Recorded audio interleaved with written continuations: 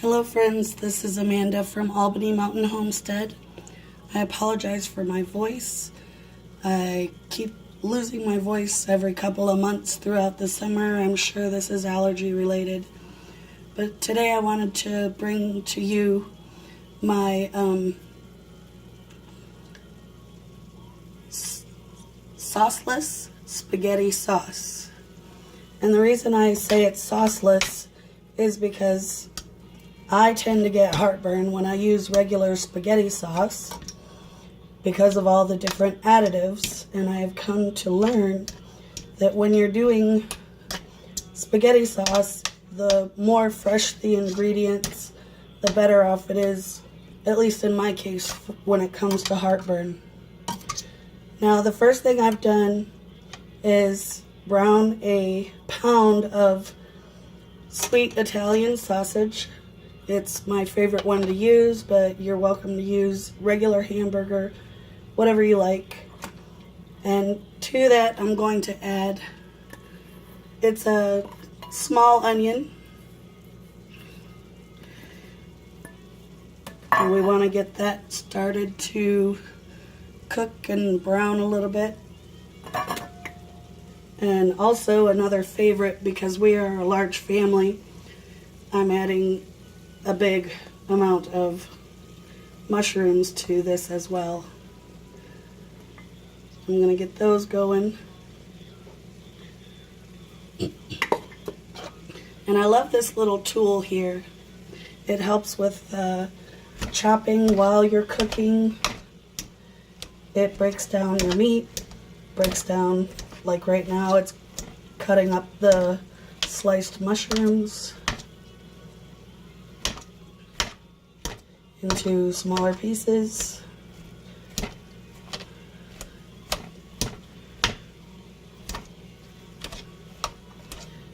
And now I'm just going to incorporate everything. And we'll put a lid on it so these can start cooking. Now I'll bring you back for the next step. Okay, so this has been cooking now for a few minutes. The onions are translucent and the mushrooms are getting nicely cooked. And now I'm going to add some of this garlic and herb seasoning. Again, this is one of our favorite seasonings for any of our pasta dishes. I like to put this in on our pizza, spaghetti, even garlic and cheese bread. This is the other one I like. We use this quite often, but the other one is a roasted garlic and herb seasoning. So anyway, now I'm going to add some coarsely chopped spinach to the mix. And this is a great way to get a lot of vegetables into your dish.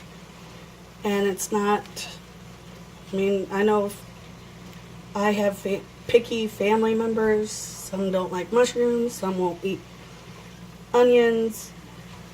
But for those of us who do, this is a wonderful dish. You know, just instead of making spaghetti and throwing a jar of sauce on your spaghetti noodles, this is getting a lot more flavors and diversity into your diet. And that was about 2 good handfuls of fresh spinach, and I just coarsely chopped that. And you can do this according to your liking. If you don't like spinach, then maybe you could use kale, or instead of, or you could even use carrots. I know some people have done carrots in their spaghetti sauces to kind of sneak in some extra veggies when you're making spaghetti sauce. So at this point, this is where I have just eaten this mixture with spaghetti, or you can take some fire roasted diced tomatoes and put that in here, or you can add your favorite spaghetti sauce. That's okay too. I just know for me, when it comes to having issues with heartburn, this is a better route for me. So I have already, because some people have issues with chunks of tomatoes in the sauce, I throw it through a blender to get rid of the bigger chunks of tomato.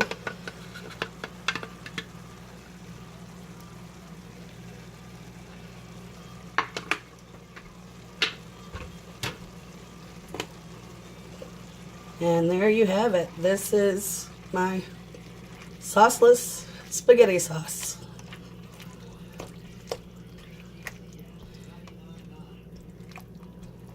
Now I will want this to cook down just a little bit for about 15 or 20 minutes just to get some of the extra liquids boiled off. You could use it as is if you don't mind the extra liquid. But when you're making this amount, you can even, after it cools off, put it in a bag and put it in the freezer for future use. Or you could can it if you want to make bigger batches and have sauce on hand in the future.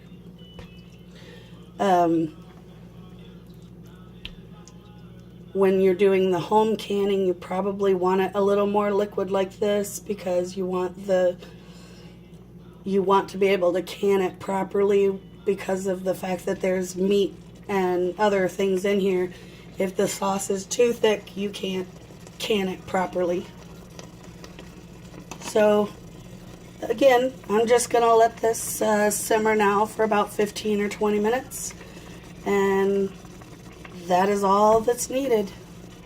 I hope you like this video, and if you decide to try it out, let me know how you like it. Take care. God bless.